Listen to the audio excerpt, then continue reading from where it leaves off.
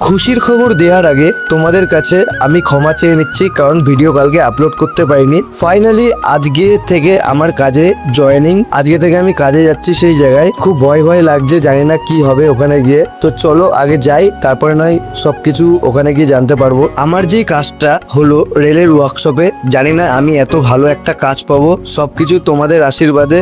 আমি এখানে টিকতে পারবো নাকি এটাও আমি জানি না, তো আমি চেষ্টা করব যে ওখানে ভালো মতন কাজটা শেখা, জানা, বোঝার। কিন্তু একটাই প্রবলেম যে ভিডিও ঠিকঠাক মতন করা যায় না, প্রচুর সিকিউরিটি ওর ভেতরে। তাও আমি চেষ্টা করব তোমাদের একটু টুকটাক দেখানোর। তো চলো, সাইকেলটা রাখার পর আমি চলে আসলাম ওয়ার্কশপের ভেতরে, কিন্তু আমার জল শেষ হয়ে গেছে, তাই এখন জল ভরতে যাচ্ছি। এতটাই গরম যে জল খেতে খেতে জলই শেষ হয়ে যাচ্ছে। অনেকক্ষণ ধরে কাজ করেছি, তাই এখন একটু খাওয়া দাওয়া করে নিই, তারপর একটুখানি রেস্ট নেব।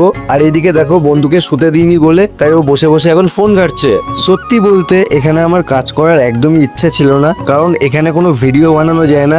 একটা ব্লগারই জানে যে তাদের কতটা সমস্যা হয়। তোমাদেরকে আমি সবকিছু দেখাতে পারি যখন বাইরে থাকি, কিন্তু এখানে ভিডিও একদমই এলাও নেই। এতটা সিকিউরিটি যে ভিডিওই করতে দেয় না এখানে।